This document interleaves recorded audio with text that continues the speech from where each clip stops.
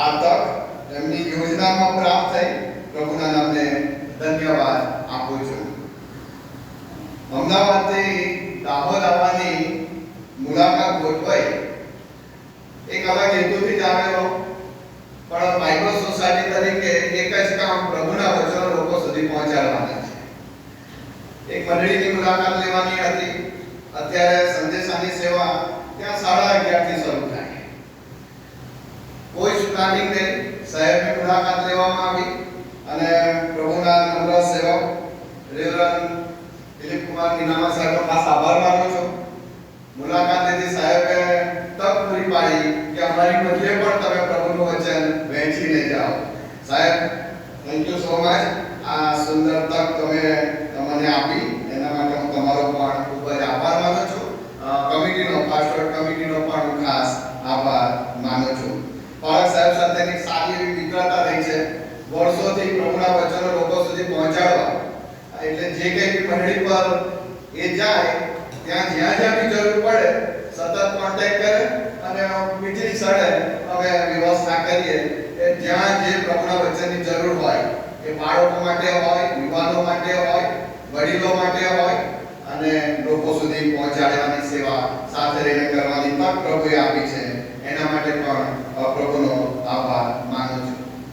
આવ્યા પછી ખબર પડી આજે રવિવાર તો ઘણું બધું ભેગું થયું છે, ઘણી ઉજવણી છે, બહુ હેક્ટિક સમય છે, પણ આની મધ્ય પણ સાહેબ તક આપી, પ્રભુનો આભાર. ઇન્ટરનેશનલ વિમેન્સ ડે, પ્રભુનો આભાર માનીએ બહેનોને માટે, મહિલાઓને માટે. હું આખા ગુજરાતમાં જાઉં છું, દરેક મંડળી પ્રભુના વચનો માટે ખુલ્લી મૂકવામાં આવે છે અને જ્યાં પણ મેં જઈને સંદેશાની સેવા આપી છે કે પ્રભુના વચનોની સેવા આપી છે, એક વસ્તુ જોવા મળે છે, મંડળીની અંદર 70-75% વધારે ફાળો જો કોઈને તો બહેનોનો હોય. અને અહીંયાથી હું જોઈશ તો મને મોટા ભાગે તો બહેનો વધારે દેખાય. અને આપણે અહીંયા જ નહીં, કોઈ બી મંડળી તમે જુઓ. અને બહેનોને આજે ખાસ ઇન્ટરનેશનલ વિમેન્સ ડેના દિવસે ખાસ શુભેચ્છા પાઠવું છું. બાઇબલ સોસાયટી તરીકે પણ ખાસ સલામ પાઠવું છું. હવે રહી વાત પાસ્ટર એપ્રિસિએશન. પ્રભુના વચનમાં એવું કહેવામાં આવ્યું છે કે વધામણીની વાત લાવનારના પગલા કેવા સુંદર છે. આપણા સુધી વધામણીની વાત આવી, આપણા વડવાઓએ પ્રભુના વચનોનો સ્વીકાર કર્યો અને આજે આપણે અહીંયા છે. આ જે ચર્ચ છે, આપણે જોઈએ તો સુંદર બાંધકામ મિશનરીઓની દેન છે, પણ મિશનરીઓ જે અહીંયા આવ્યા એ પણ પાળકીય સેવા થકી આવ્યા અને એમણે પણ પાળક તરીકે સેવાઓ આપી.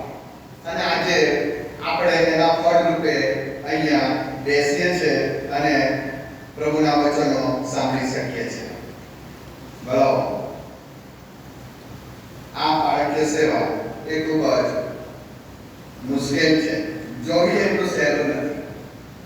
જેવી રીતે સાહેબે મારી અલગ વાત કરી, બાઇબલ સોસાયટીમાં સેવા આપું છું, સીએનએચએફ ગરામપુરાના સભ્ય પણ છું, પણ બીજી એક અજબની સેવા પણ મને સોંપવામાં આવી છે. જો અમદાવાદમાં આવો તો આપણે સીએનએચની 10 મંડળીઓ છે અને એનું એક સંયુક્ત કબ્રસ્તાન છે, અને પાછળ કબ્રસ્તાનના ટ્રેઝરરની જવાબદારી મને આપી છે. આમ અજુગતું લાગે, પણ જ્યારે જોઈએ છે ત્યારે સેવા માટે પ્રભુનો ખરેખર આભાર માનું છું. જ્યારે મુશ્કેલીમાં લોકો આવી પડે છે ત્યારે અમે જોઈએ છે. અને એ સમયો જ્યારે કોરોના કાળ જ્યારે વીત્યો, એ સમય ખરેખર આજે મારી આંખ સમક્ષ છે અને એમાં જે પાળકીય સેવા રહી હું આજે ક્યારે ભૂલી શકીશ નહીં. પુષ્કળ લોકો આવે, દફન ક્રિયાઓ કરાવવાની આવે, એમ્બ્યુલન્સ લઈને આવે, ડેડ બોડી આવે, પરિવારજન કોઈ ના હોય. ક્યાં તો એ પોતે મુશ્કેલીમાં હોય, આવી ના શકે, કાં તો બીકના મારા આવી ના શકે. ઘણા મૂકીને જતા રહે, તમારે જે કરવું તમે તે કરજો, અમારથી તો કશું થશે નહીં. માન સાથે દફન ક્રિયા કરાવવાની, કોને કહેવાનું? પાળક સાહેબને ફોન કરો, અડધી રાત્રે બોલાવો અને પાળક સાહેબ ક્યારે ના પાડી દે. પોતે બી મુશ્કેલીમાં રહ્યા, પરિવારનું પણ જોખમ ઉઠાવ્યું. પણ એ બધી વ્યવસ્થાઓ માટે હું ખરેખર આ બાળકીય સેવાનો આભારી છું. અહીંયા પણ સાહેબ પોતે ચાલુ મંડળીમાં એ સમય હતા અને એમની સેવાઓ વિશે પણ હું જાણું છું. અડધી રાત્રે દોડવાનું આવ્યું, બધી બાબતોમાં પણ આ સાહેબ ખડે પગે રહ્યા, મંડળીની પડખે રહ્યા. પોતાના પ્રસંગો છોડી દેવા પડે. પાછલા સમયમાં મેં એક મુલાકાત લીધી એક બાળક પરિવારની, અને એ પરિવારની મુલાકાત લેતા હું ઘરમાં પ્રવેશતો હતો. એક દીકરો બહાર બેઠેલો અને મેં પૂછ્યું, કેમ છે બેટા? કઈ જવાબ આપ્યો નહીં, કશો જવાબ ના આપ્યો. ઘરમાં પ્રવેશ્યો, પાડા સાહેબને મળ્યો, વાતો કરી. પછી મેં કીધું, બહાર બેઠો છે દીકરો, જવાન છોકરો છે? તો કે હા સાહેબ છે જવાન, પણ કે એને માનસિક તકલીફ થઈ ગઈ છે. તો કે શું થયું? તો કે શરૂઆતમાં જ્યારે મેં સેવાની શરૂઆત કરી તો કે હું અમદાવાદની સારી મંડળી પર હતા અને ત્યાં મારા છોકરાને ઇંગ્લિશ મીડિયમ સ્કૂલમાં મૂક્યો.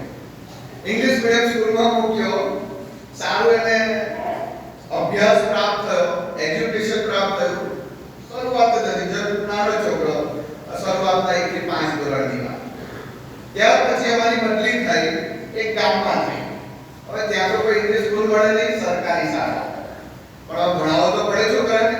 ત્યાંથી ઉઠાઈને પાછો ત્યાં મૂક્યો. થોડા સમય વર્ષો અમે ત્યાં રહ્યા. હવે છોકરો પાછો કામઠી ભાષા શીખી ગયા અને પેલું એજ્યુકેશન જે ઇંગ્લિશ વાંચતા થોડું શીખેલું હતું ભૂલી એમાં આવી ગયો. હવે પાછી બદલી થઈ, અમે બીજી જગ્યા પર આવ્યા, ત્યાં જીડીએસ સ્કૂલ છે અને એમાં મૂક્યો. એટલે પેલા સિસ્ટર્સ તાના જે હોય, શિક્ષકો હોય, આટલું નથી આવડતું તને, આટલું નથી આવડતું, આટલો લોકો છે તું, એમ કરતા કરતા એટલું ટોર્ચર થયું કે એને માનસિક અસર થઈ ગઈ અને આજે તો એ બિલકુલ સ્તબ્ધ થઈ ગયો છે, સંતુલન ગુમાવી બેઠો છે. હવે અમે નક્કી કર્યું છે કે હવે અમે ભણાવવાના નથી, બસ અમારે ડિસ્ટર્બ નથી કરવો. પણ આ બધામાં બાળક સાહેબ એવું ના કીધું કે હું બાળકની સેવા છોડે છોકરાની સેવા કરીશ. અમારું કામ તો આ રહેશે. હા, બાળકની સેવા છે, બધું મૂકી દીધું, કામ પોતાનું ચાલુ, પરિવાર પણ વેડફાય, પરિવારને નુકસાન પણ થાય છે અને આ બધે જ છે. ખાલી અહીંયા નથી, આપણે ઘર બદલવાનું હોય, રૂમ ચેન્જ કરવાનો હોય તો મુશ્કેલી પડી જાય. અને જ્યારે આખો પરિવાર સાથે ઘણી વાર તો અડધારા જેવું કામ થઈ જાય. આથી પેલા ત્યાંથી ત્યાં અને ત્યાંથી ત્યાં, અને માર કૌટુંબિક સંબંધો બંધાય, પાછી બદલી થાય, હવે નવેસરથી કરો. પણ ખરેખર સાહેબ આજે પાસ્ટર એપ્રિસિએશન સન્ડેના દિવસે અમે બાળકીય સેવાની કદર કરીએ છીએ અને આ તક તમે આપી એના માટે પણ આભાર માનીએ છીએ અને અમારી પ્રાર્થનાઓ બાળક તરીકે તમારા માટે મંડળી તરીકેની અમારી ખાસ પ્રાર્થનાઓ રહેશે. આવો પ્રભુના વચનો તરફ જઈએ, પ્રાર્થનામાં નમીએ. કૃપાળુ પ્રભુ, તમારા વચનો દ્વારા તમે અમારી સાથે વાત કરો, સાંભળવાને કાન અને સ્વીકારવાને હૃદય પ્રભુ તમે પૂરા પાડો. તમારી હાજરી અમારી મધ્ય રાખો. આમીન. આજે જે શાસ્ત્ર પાઠ વાંચન કરવામાં આવ્યું, બીજું કાળવૃતાંત તેનો 34મો અધ્યાય 14 થી 21 વચન. આની અંદર પ્રભુના વચનો વિશે આજે આપણે જોઈ રહ્યા છીએ. પ્રભુના વચનો એક વ્યક્તિના હાથમાં જવું જોઈએ, એક વ્યક્તિને મળવું જોઈએ. એ બાઇબલ સોસાયટી તરીકે અમારું પણ વિઝન છે અને માટે આપણી પાસે તો અલગ અલગ બાઇબલ છે જ. બાળકો માટે પણ છે, જુવાનો માટે પણ છે, ભજન સંગ્રહ સાથેના પણ છે, મોટા અક્ષરવાળા પણ છે. પણ એવા લોકો છે જે બ્લાઇન્ડ છે, જોઈ નથી શકતા.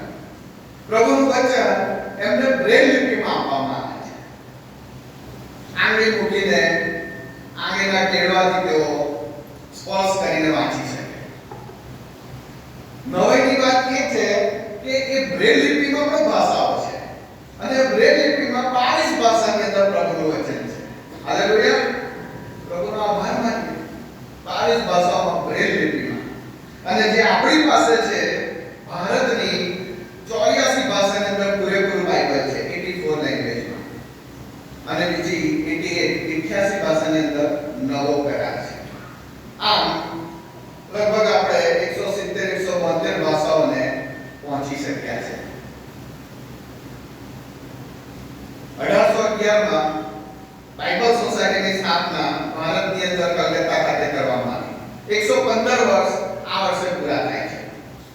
એક વિઝન સાથે એવું ચાલે છે કે 10 વર્ષ બીજા, એટલે જ્યારે બાઇબલ સોસાયટીના 225 વર્ષ થશે ત્યારે એટલી ભારતની 225 ભાષાઓની અંદર પ્રભુનું વચન હોવું જ જોઈએ. માટે તમારી પ્રાર્થનાની જરૂર છે. આ વર્ષે બે શરૂઆત કરવામાં આવી. કચ્છી ભાષાની અંદર નવો કરાર આપેલો. એ નવો કરાર જ્યારે બહાર પાડ્યો ત્યારે કચ્છની અંદર, ગાંધીધામ વિસ્તારની અંદર, અંજાર, ભુજ એ બધા ભાગોની અંદર કોઈ કચ્છી ખ્રિસ્તી નહોતું. કોઈ જે હતા એ ગુજરાતથી આમથી આમ ટ્રાન્સફર થઈને ગયા હોય બીજા શહેરોમાંથી, પણ કચ્છી જાણકાર પ્રોપર ખ્રિસ્તી કોઈ નહીં. પ્રભુનું વચન આપવું કેવી રીતે? ત્યાંના લિટરેચરના માણસની મદદ લેવામાં આવી, અન્ય ધર્મી આપણા બાળક સાહેબોની મદદ લેવામાં આવી, થોડું ટૂંકી જાણકાર કચ્છી જે આપણા વિશ્વાસી હોય એ લોકોની મદદ લેવામાં આવી, અને એમ કરતા કરતા કચ્છી ભાષાની અંદર નવો કરાર પૂરો કર્યો. 15 વર્ષ લાગ્યા એક નવો કરાર લોકોના હાથમાં. પણ આજે જો તમને તક મળે કચ્છ વિસ્તારમાં આંટો મારવાની, તો તમે જોશો કે પ્રભુનું વચન આવ્યું. આજની તારીખમાં કચ્છી મંડળીઓ સ્થપાઈ છે. પુષ્કળ ચર્ચીસો ત્યાં છે. પુષ્કળ કચ્છી લોકો પ્રભુમાં આવી રહ્યા છે. અને હવે એવી માંગ ઊભી થાય કે અમને તો પૂરેપૂરું બાઇબલ કચ્છી ભાષામાં જોઈએ છે. અને ગયા મહિનાથી કચ્છી ભાષાની અંદર પૂરેપૂરું બાઇબલ મળે એટલે જૂના કરારના ભાષાંતરની શરૂઆત કરવામાં આવી. હવે કદાચ 15 વર્ષ નહીં લાગે, કારણ કે વિશ્વાસી એવા કચ્છી લોકો પણ મળ્યા છે. સાથે ટેકનોલોજી પણ હવે વધી ગઈ છે. પ્રભુનો આભાર માનીએ છીએ. પ્રાર્થનામાં યાદ રાખશો, આવનારા દિવસોમાં આપણે તેઓ માટે કચ્છી ભાષાની અંદર પૂરેપૂરું બાઇબલ આપી શકીએ. બીજી એક સૌરાષ્ટ્રમાં કાઠિયાવાડી ભાષા, મીઠી બોલી છે, બહુ સુંદર. એની અંદર પણ પ્રભુનું વચન પ્રાપ્ત થાય માટે પ્રયત્ન કરવામાં આવ્યો છે. અને આવનારા દિવસોમાં કાઠિયાવાડી ભાષાની અંદર નવો કરાર મળે માટે પ્રયત્ન કરી રહ્યા છે. આ બધા જ પ્રયત્નો થકી એક વ્યક્તિ પ્રભુનું વચન પ્રાપ્ત કરે એ થઈ રહ્યું છે.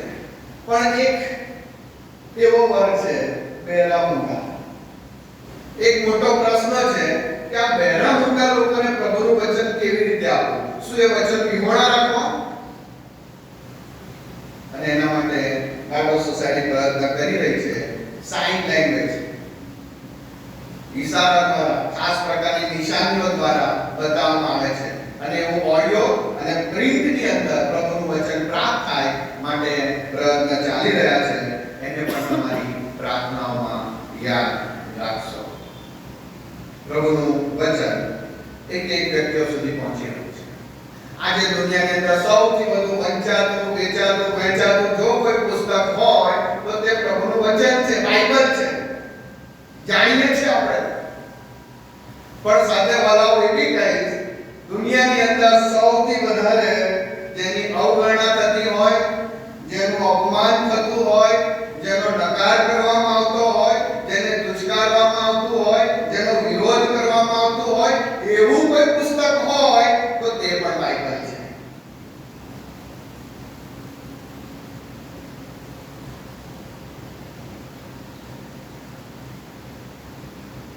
માથી 24 ને 35 માં પ્રભુના વચન એવું કહે છે, આકાશ તથા પૃથ્વી જતા રહેશે, મારી વાતો જવાની નથી.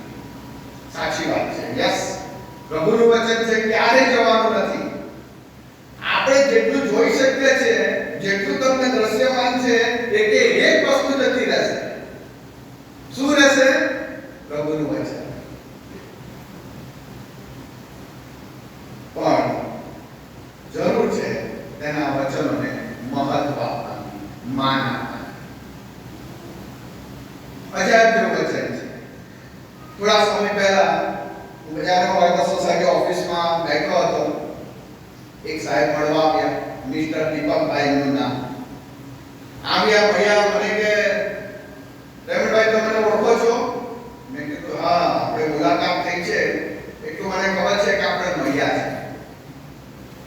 મને કે હું સિંધી પરિવારમાંથી આવું છું અને 10 વર્ષ પહેલા હું જ્યારે મુલાકાત લીધેલી ત્યારે અહીંયાથી તો મને એક બાઇબલ આપેલી અને એક મંડળી બતાવેલી સંગતમાં રહેવા માટે. મેં હા, હવે મને બરાબર યાદ આવ્યું આપણે શું વાત થઈ. આજે હું પાસ્ટર તરીકે સેવા આપું છું અને મહેસાણાના પટ્ટા પર કલોલ કરીને જે વિસ્તાર છે, કલોલની અંદર સિંધી કોમ્યુનિટીમાંથી એ સાહેબ આજે મિસ્ટરમાંથી પાસ્ટર દીપક છે. પ્રભુનું વચન. સાવરકુંડલાનો એક માણસ અનકવાડા બરોડાની સેન્ટ્રલ જેલમાં એને મૂકવામાં આવ્યો. એની પર જે કેસ હતો, આરોપ હતો અને એને જે સજા ફટકારવામાં આવેલી એ તો એને મર્ડર કેસની હતી, ખૂન કરી, આજીવન કેદ. એ સમયની અંદર કોઈક મંડળીમાંથી પ્રભુના વચનો વહેંચવા માટે ત્યાં ગયા અને નાના નાના પેમ્પલેટો વહેંચાય છે એ રીતે બરોડાની જેલની અંદર પણ વહેંચવામાં આવી. અને બાળકના હાથમાં આવ્યું પણ વાંચતા આવડે નહીં, અભણ માણસ શું કરે? લઈ લીધું. હવે બાજુમાં જે સાથે જે કેદી હતો એને કે આ વાંચી સંભળાય ને, પેલા વ્યક્તિ એને વાંચી સંભળાવે. એને ગમ્યું, આ તો વચન કંઈક અલગ લાગ્યું, આ શબ્દો તેના કાનને મીઠા લાગ્યા, મારે વધારે જાણવું છે. એટલે પેલાએ એક પત્ર લખ્યો, બાઇબલ સોસાયટી પર આપ્યો, અમારે વધારે માહિતી જોઈએ છે, બીજું સાહિત્ય મોકલી આપવામાં આવ્યું. એ પણ એને એ રીતે વાંચ્યું. ત્રીજો પત્ર આવે, વધુ જાણવું છે, નવો કરાર પણ મોકલી આપવામાં આવ્યો. તમારા આશ્ચર્ય વચ્ચે હું એવું કહીશ, એ વ્યક્તિ એની સારી ચાલ ચલક માટે વહેલો છોડી મૂકવામાં આવ્યો. રાષ્ટ્રીય તહેવારના દિવસે એને વહેલો છોડી મૂકવામાં આવ્યો અને આજની તારીખમાં જો તમે સાવરકુંડલા જાઓ તો એ વ્યક્તિ ત્યાં મંડળી ચલાવે છે અને આજે પોતે પ્રભુના વચનો લોકોને વહેંચે છે. દરબારોનું કામ ફક્ત કોઈ મૂકે પણ આનું નામ કોણ દે? અજાયબ જે ઉપયોગ પ્રભુ લોકોનો કરે છે, એમના વચનોનો કરે છે અને આ વચનની જેવો સમક્ષ આવે છે જીવનો બદલાઈ જાય છે. પ્રભુના સેવક બિલી ગ્રેહામ સાહેબે એવું કીધું છે, while some books inform and other reform, only Bible can pass on. અમુક પુસ્તકો છે તે માહિતગાર કરે અને અમુક પુસ્તકો છે તે સુધારો લાવે. ઘણા બધા પુસ્તકો વાંચે તો માહિતી મળે છે, સારું જાણવા મળે અને એવા પુસ્તકો છે સુધારો લાવે, બધું સારું કરે, સુધારો લાવે. પણ એવું કહે છે only Bible can pass on. પ્રભુના વચનો એવા છે, સુધારો નહીં બદલાવ લાવે છે, નવું કરે છે જળ મૂળમાંથી. પ્રભુના વચનોનો પાવર છે. ભલો એને મહત્વ આપવાની જરૂર છે. થોડા સમય પહેલા એક રાત્રે ફોન આવ્યો, 11:30 ની આસપાસ, 11:30 વાગે, અને મને ફોન આવ્યો અને મને એવું કહેવામાં આવ્યું કે હવે અમારે બાઇબલની જરૂર છે. હું ખુશ થઈ ગયો, એક સાક્ષી સાંભળવા મળશે. અડધી રાત્રે પ્રભુના વચનની જરૂર પડી, આ તો કંઈ બહુ મોટી વાત કહેવાય. કોઈ ચોક્કસ નવા વિશ્વાસી હશે, અન્ય ધર્મી હોઈ શકે. મેં પૂછ્યું હા કેમ નહીં, હું ઘરે બી રાખું છું, તમને ચોક્કસ પહોંચાડીશ, પણ શેના માટે જોઈએ છે મને કહો. અને એમણે એવું કીધું, આવતીકાલે સવારે મારી દીકરીના મેરેજ છે, ભૂલી ગયા છે, બાઇબલ તો જોઈશે. કરુણ બાબત, દુઃખદ બાબત. 2 મહિના લગ્નના પહેલાથી કંકોત્રીઓ વહેંચાય, 6 મહિનાથી ખરીદી ચાલતી હતી. નાની ઝીણી વસ્તુઓ બધું જ યાદ રાખીને કરવાનું, કશું જ ભૂલ્યા નહીં, બધું સમયસર, બધું એકદમ ટીપટોપ શ્રેષ્ઠ. શું ભૂલી ગયા? પ્રભુનું વચન.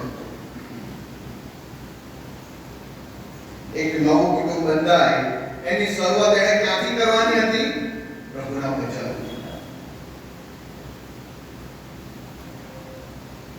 આ પ્રભુતા છે જેને મહત્વ આપવાની જરૂર છે એ ભૂલાઈ જાય છે. બીજી બધી બાબતોમાં, આ દુનિયાની દોડધામમાં, હરીફાઈની અંદર પ્રભુના વચનોને જે મહત્વ આપવું જોઈએ એ આપણે આપી શકતા નથી.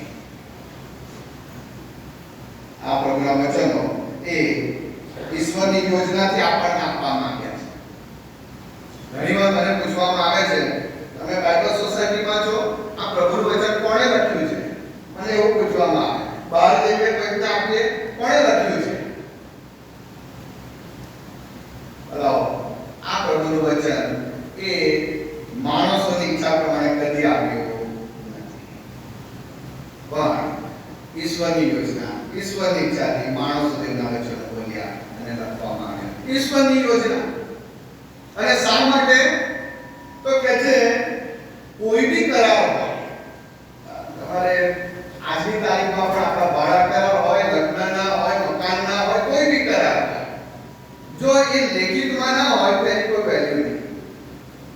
અને માટે ઈશ્વર પિતાની, યહોવા દેવની એવી ઈચ્છા કે આપણી સાથે લેખિતમાં કરાર કરે. મૌખિક નહીં, ખાલી બોલી દીધું નહીં ચાલે, લેખિતમાં. અને માટે નિર્ગમન 31:18 માં જો તમે વાંચો તો ત્યાં તેણે સિનાઈ પર્વત ઉપર મૂસાની સાથે વાતચીત પૂરી કરીને તેને 2 સાક્ષ્ય પાડી, એટલે દેવની આંગળીથી લખેલી 2 શિલા પાડી આપી. આ પ્રભુના વચનોના લખાણની શરૂઆત કોણે કરી? દેવે કરી. મૂસાને આપ્યું. કેવી રીતે? પોતાની આંગળીથી લખેલી આપી. અને આ પ્રભુના વચનો જેમ જેમ આગળ જતા ગયા, મૂસા પાસેથી યહોશુઆ પાસે, લેવીઓ પાસે, પછી કરાર કોષના રૂપમાં, ત્યાર પછી ન્યાયાધીશો પાસે, ન્યાયાધીશો બાદ પ્રબોધકો પાસે, પછી રાજાઓનો સમય આવ્યો અને રાજાઓ પાસે આ પ્રભુના વચનો આવે છે. અને એમાં જે રાજાઓ હોય છે, એમાંના એ રાજાઓ ઘણા એવા હોય છે જે પ્રભુના વચનને પ્રેમ કરનાર હોય છે. દાઉદ રાજા, સુલેમાન રાજા, અને બીજા એવા પણ રાજાઓ હોય છે જે પ્રભુના વચનને મહત્વ આપતા નથી. મનાસા રાજાની પેઢીની વાત આપણે જોઈએ છે, આમોનની પેઢી. અને આજે આપણે જે શાસ્ત્ર પાઠ વાંચન કર્યું એ મનાસા, આમોન અને યોશિયા રાજા. યોશિયા રાજાની પેઢી જ્યારે આવી, બીજું કાળુતાન 34મો અધ્યાય અને 14મી કલમમાં જે બાબત બની એ તો આ છે, જે પૈસા લોકોએ યહોવાના મંદિરમાં સંગ્રહ કરેલા હતા તે તેઓ કાઢતા હતા, તેવામાં મૂસાની મારફતે અપાયેલા યહોવાના નિયમનું પુસ્તક હિલ્કિયા યાજકને જડી આપ્યું. શું શોધતા હતા લોકો? શું શોધતા હતા? એ મંદિરનું સમારકામ કરવું હતું, એના માટે નાણાં શોધતા હતા. આ જૂનું પ્રભુ મંદિર છે, કદાચ કોઈ જગ્યા પર ખજાનો દટાયેલો હોય, અમે ખોદી કાઢીએ, મળશે, એ સારો હતો કે એનાથી અમે રિનોવેશન કરીશું. પૈસા શોધતા હતા. પણ મળ્યું શું? પ્રભુનું વચન મળી આવ્યું. પ્રભુનું વચન મળી આવ્યું. એનો મતલબ એ થયો કે પ્રભુનું વચન ખોવાયું હતું ક્યાં? પ્રભુ મંદિરમાં. બહાર નહીં, રોડ પર નહીં, બહારની જગ્યા પર નહીં, બીજી પ્રજાઓ મધ્ય નહીં, પણ પ્રભુ મંદિરની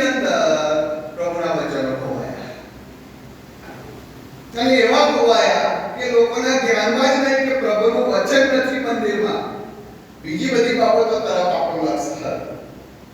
પૈસા શોધે, બીજી બાબતો શોધે, પણ પ્રભુનું વચન નથી એ તો કોઈના ધ્યાનમાં નહીં.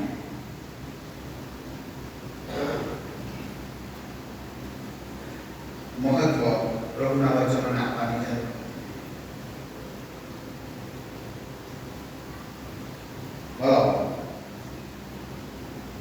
પ્રભુનું વચન એટલા માટે હોય કારણ કે યોશિયા રાજાની પેઢી એમના વડદાદાઓએ આને સાચવ્યું નહીં, એમના બાળકોને શીખવ્યું નહીં, એની સંભાળ કાળજી લેવાનું આપ્યું નહીં. અને જ્યારે આ યોશિયા રાજાની પેઢી આવી તો યોશિયા રાજાએ તો ક્યારેય પ્રભુનું વચન જોયું જ નહોતું. કેવું હોય ખબર નહીં, વાંચ્યું બી નથી, જોયું બી નથી.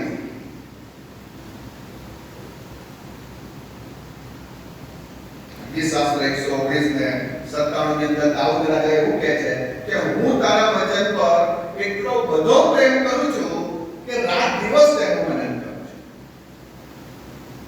પ્રભુના વચનો પ્રત્યેનો પ્રેમ. ઘણીવાર એવું લાગે રાત દિવસ દાઉદ રાજા નવરો હશે, એની પાસે કદાચ સમય બહુ હશે. બરાબર, દાઉદ રાજા નવરો નહોતો. એ તો બહુ મોટું સામ્રાજ્ય લઈને બેઠેલો. બાઇબલમાં જો તમે વાંચો તો સૌથી વધુ જો કોઈ લડાઈ લડી હોય એના ઘોડિયાળ હાથ એડા. લોકો બીજા રાજ્યવાળા તો એની પર એટેક કરવા તૈયાર, એના બાળકો પણ સતત વિરોધી.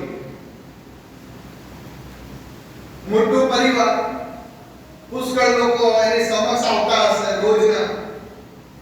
અને આ બધામાંથી દાઉદ રાજા સમય કાઢે છે અને એવું કહે છે કે હું તારા વચન પર એટલો બધો પ્રેમ રાખું છું, રાત દિવસ તેનું મનન કરું છું.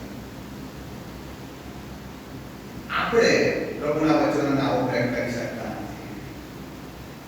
પ્રભુના વચનોને પ્રેમ કરવાની જરૂર છે.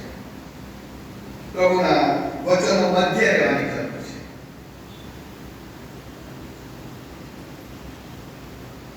પ્રભુ મંદિરની અંદર પ્રભુનું વચન હોવાનું છે. બીજો પહેલો કોરિન્થી 6 અધ્યાય 19મી વચનમાં પાઉલ કોરિન્થીઓને કહે છે કે તમારામાં જે પવિત્ર આત્મા છે, જે તમને દેવ પાસેથી મળેલો છે, તેનું મંદિર તમારું શરીર છે, એ શું તમે જાણતા નથી? મારું શરીર દેવનું મંદિર છે. શું એની અંદર પ્રભુના વચનોને મહત્વ છે, એને માન છે? હું એની સંગતમાં રહું છું?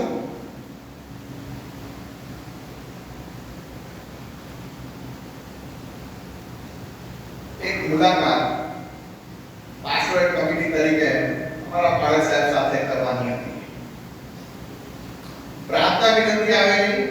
એક બેન છે, ચલાવતું નથી, પ્રભુ મંદિરમાં આવી શકતા નથી. પ્રાર્થના કરાવવા ગયા એમના ઘરે. બેનને પૂછ્યું, બેન શું તકલીફ છે? એટલે આ ઘૂંટણનો વાંચ એવું હોય ને, તકલીફ છે, ઊભા નથી થવાતું, બેસાતું નથી, ચલાતું નથી, માટે પ્રભુ મંદિરમાં નથી આવી શકતી. બહુ દુઃખી છું. પ્રાર્થના કરવામાં આવી. બેનને સાજા પડવું મળે. પ્રાર્થના વિનંતી મંડળીમાં પણ લાવવામાં આવી, લોકોને કહેવામાં આવી, પ્રાર્થનાઓ થઈ. થોડો સમય વીતી ગયો. એવા સમાચાર મળ્યા કે બેનને સારું તો થયું છે, પણ હજુ પ્રભુ મંદિરમાં તો નથી આવતા. આ સાહેબ સાથે ફરી મુલાકાત ગોઠવી. સાહેબ ફરી મળીએ, ચલો જઈએ. બેનની ફરી મુલાકાત થઈ. પછી પૂછ્યું, બેન હવે શું થયું તમને? હવે તો સારું છે. કરે સાહેબ એકદમ ફર્સ્ટ ક્લાસ, સરસ. મારું તો તમારી પ્રાર્થનાઓનું પરિણામ છે, સાજાપણું મળી રહ્યું. હવે તો કૂદી બી શકું છું.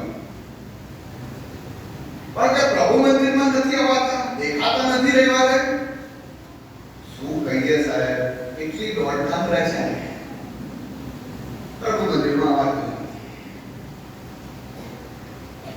આ આપણા ખ્રિસ્તીઓની કરુણતા છે. હું તમને કહીશ, જેને આપણે શૈતાન તરીકે ઓળખીએ છીએ, એ શૈતાન બહુ અજાયબ ઉપયોગ કરે છે આપણા આશીર્વાદો. અને જે આશીર્વાદો લઈને આપણે પ્રભુ પાસે જવાનું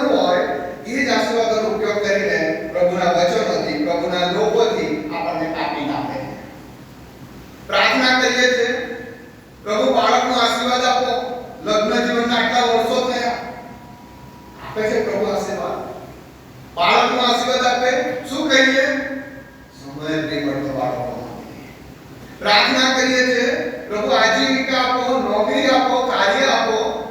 પ્રભુ આશીર્વાદ આપે છે, સારી નોકરીઓ કરનાર છે, સારી આજીવિકા છે. શું કહીએ છીએ? સમય જ નહીં મળતો એમાંથી કહીએ છીએ ને.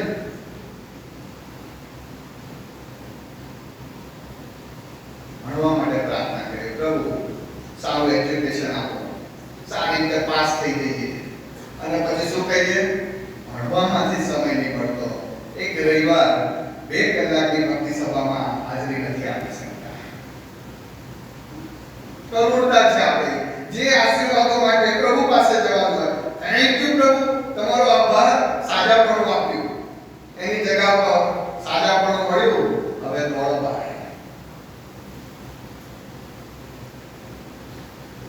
ભલા પ્રભુના વચનોને મહત્વ આપવાની જરૂર છે, એની સંગતને મહત્વ આપવાની જરૂર છે. અને આ જ રીતે આપણે જો આગળ વધતા રહીશું તો એક પેઢી યોશિયા રાજા જેવી આપણી પણ આવશે. અને એ પેઢી વિશે અહીંયા એવું લખવામાં આવ્યું છે કે જ્યારે આ પુસ્તક શાફાન ચીફને મળ્યું ત્યારે એ રાજા પાસે લઈ ગયા. અને બીજું કાળુકામ 34 અધ્યાય 19મી કલમમાં રાજાએ નિયમ શાસ્ત્રના વચનો સાંભળ્યા ત્યારે તેણે પોતાના વસ્ત્ર ફાડી નાખ્યા અને તેણે હિલ્કિયાને, શાફાનના પુત્ર અહીકામને, મીકાના પુત્ર આબ્દોમને, શફાન ચીફને અને તેઓને આજ્ઞા કરી. શું આજ્ઞા કરી? કે જાઓ અને આ પુસ્તકોના વચનો સંબંધી યહોવાની સલાહ પૂછો. કેમ કે યહોવાનો જે કોપ આપણી પર થયો છે એ બહુ દારૂણ છે. આપણા પિતૃઓએ યહોવાનું વેણ પાડ્યું નથી. તમારા અને મારા મા બાપે, દાદા દાદીએ આ વેણ પાડ્યું નથી. માટે હવે આ કોપ આપણી પર, આપણી પેઢી પર આવે છે. માફી માંગો પ્રભુની.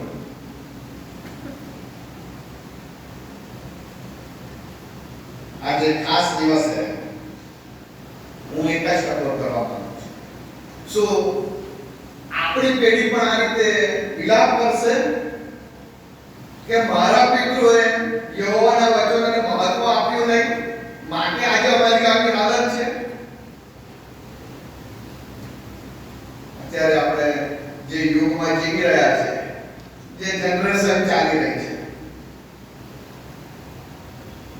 મોબાઈલનો જમાનો, ઇલેક્ટ્રોનિક્સ બાબતો, આઈટી, દોડધામ, પ્રભુના વચનોને મહત્વ અપાતું નથી. મોબાઈલ, સવારે ઉઠે પહેલો મેસેજ મોબાઈલનો જોવા જોઈએ છે.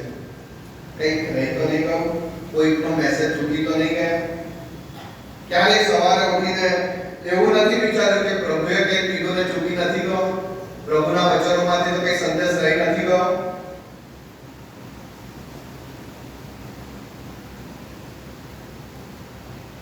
બરાબર, તેના વચનને મહત્વ આપવાની જરૂર છે, પ્રેમ કરવાની જરૂર છે. ઓરિસ્સાની અંદર ગ્રેહામ સ્ટેન્સ અને એમના 2 બાળકો ફિલિપ અને તિમોથીને મનોહરપુરમાં જીવતા સરકારી દેવામાં આવ્યા. શા માટે? માળકા ભાષાની અંદર પ્રભુના વચનોના ભાષાંતરના કાર્યમાં જોડાયા. એ પ્રજાતિ મધ્ય કાર્ય કરતા, સંઘ ઊભી કરતા, મંડળી ઊભી કરતા, જીવતા સરકારી દેવામાં આવ્યા. પણ એમના મરણ બાદ પણ એ કાર્ય અટકી ગયું નહીં. એમના પત્ની ગ્લેડિસ સ્ટેન્સ કે જેમણે પોતાના હસબન્ડને ગુમાવ્યા, બાળકોને ગુમાવ્યા, એ બેને બીડું ઉપાડી લીધું અને એ ભાષાની અંદર પ્રભુના વચનો પણ પૂરા પાડ્યા, મંડળી પણ ઉભી કરી. હાલેલુયા. આ પ્રભુના વચનો પ્રત્યેનો પ્રેમ છે. મારાથી થશે કે બધું જ કરીશ. શું આવો પ્રેમ આપણે પ્રભુના વચનોને કરી શકીએ છીએ? મારાથી થશે કે હું બધું જ કરીશ.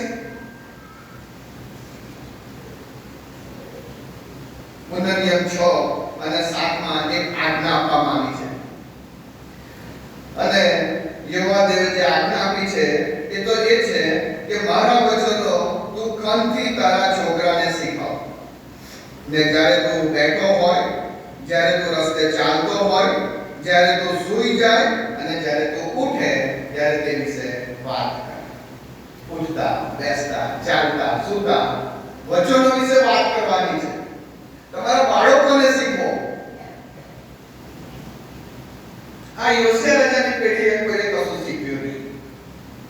પ્રભુ વચન જોયું જ નહીં. મંદિરમાંથી ખોવાઈ ગયું. ખબર જ નથી કે અમે જે પ્રભુ મંદિરમાં બેસીએ છીએ, જેમાં આરાધના કરીએ છીએ, એમાં પ્રભુનું વચન જ નથી. બીજી બધી દુનિયાવી બાબતોની અંદર દોડધામમાં ફસાયેલા.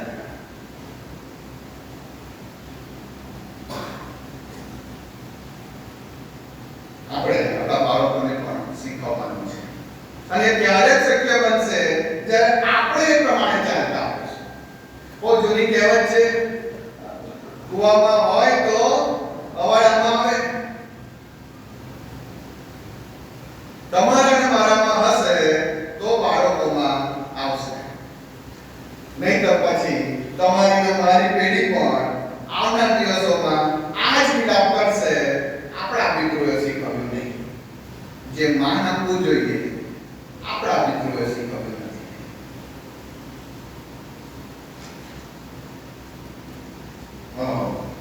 પ્રભુના વચનોને મહત્વ આપવાની જરૂર છે. દુનિયાવી બાબતોની અંદર ક્યાંક પ્રભુનું વચન ખોવાઈ ન જાય. મિલેને લગ્નની વાત કરી, બધું જ યાદ રહે છે. મહત્વ જ્યાંથી શરૂઆત કરવાની છે એ રહી ગઈ છે. એક એક શરૂઆત પ્રભુના વચનોથી કરી. જો તમારા અને મારા ઘરની અંદર આ પ્રભુના વચનો હશે તો પ્રભુ આપણને ચોક્કસ આશીર્વાદિત કરશે. નહીતર પિતૃએ પાડ્યું નહીં, કોપ તો આપણા બાળકો સુધી પહોંચ્યો છે. પ્રભુના એક સેવક એ સંદેશો આપે, એક હાથમાં ન્યૂઝપેપર રાખે. એ સમયે ન્યૂઝપેપર છાપું રાખે, છાપું ઊંચું કરે અને બૂમ પાડે, bad news, bad news, bad news. એટલે શા માટે? કે બેડ ન્યૂઝ છે. પહેલા પેજથી લઈને છેલ્લા પેજ સુધી તમે વાંચશો બેડ ન્યૂઝ. એક પણ સારા સમાચાર તમને છાપામાં જોવા નહીં મળે. કા મારામારીના છે, અત્યારે તો યુદ્ધના ચાલે છે, કા બળાત્કારના હશે, ક્યાં તો કોઈ પ્રકારની સંડોવણીના હશે, લોભના હશે, લાલચના હશે, ચોરી લૂંટફાટના હશે, પૈસાની જોલમેલના હશે, સરકારી અમુક પ્રકારની મુશ્કેલીઓના હશે, તોડફોડના હશે. એક બેડ ન્યૂઝ. છતાં જો પેપર ના વાંચે તો ચાલે નહીં, જો ન્યૂઝ ના વાંચે તો ચાલે નહીં, વાંચવું તો પડે. Bad news. અને એ બીજા હાથમાં બાઇબલ રાખે અને બાઇબલ ઊંચું કરીને બૂમ પાડે, good news, good news, good news.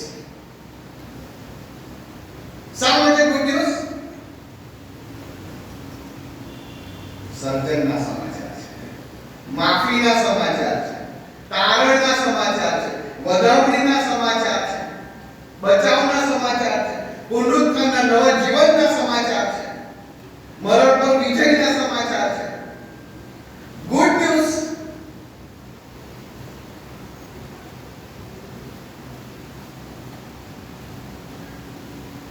ઘણી વાર આપણને ગુડ ન્યૂઝ કરતા બેડ ન્યૂઝમાં વધારે ઇન્ટરેસ્ટ પડે છે. આપણે આ ગુડ ન્યૂઝ જે વધામણીની સ્વાર્થ આપણા સુધી પહોંચી છે, બહુ સહેલાઈથી પહોંચી નથી, બહુ સહેલાઈથી આપણને મળ્યું નથી. આજે આપણે જે પાસ્ટર એપ્રિસિએશન સન્ડે પર ઉજવ્યો, પુષ્કળ પાળક સાહેબો આમાંથી વાપરી દીધો છે. 1823 ની અંદર પહેલો ગુજરાતી બાઇબલ સુરત મિશન પ્રેસમાં છાપવામાં આવ્યો. 200 વર્ષ થયા, આજે આપણી પાસે આ બાઇબલ છે. અને હું તમને કહીશ, એની પાછળ જો મહેનત કરી, જે પાળક સાહેબોએ આની અંદર પોતાનો જીવ આપી દીધો, આજે પણ એમની કબરો ત્યાં જોવા મળશે, આપણા વિસ્તારોમાં જોવા મળશે. બધું જ મૂકીને આવ્યા કે હરેક પોતાના દેશ પાછા જઈ શક્યા નહીં. પ્રભુનું વચન સહેલાઈથી મળ્યું નથી, તેને મહત્વ આપવાની જરૂર છે. અને પ્રભુ આ ગુડ ન્યૂઝ ને મહત્વ આપવા આપણને સહાય કરે અને એ પ્રમાણે ચાલવા આપણને સહાય કરે, એ જ મારી પ્રાર્થના અને શુભેચ્છા છે. Thank you. આજના પવિત્ર વચન માટે પ્રભુનો આભાર માનીએ.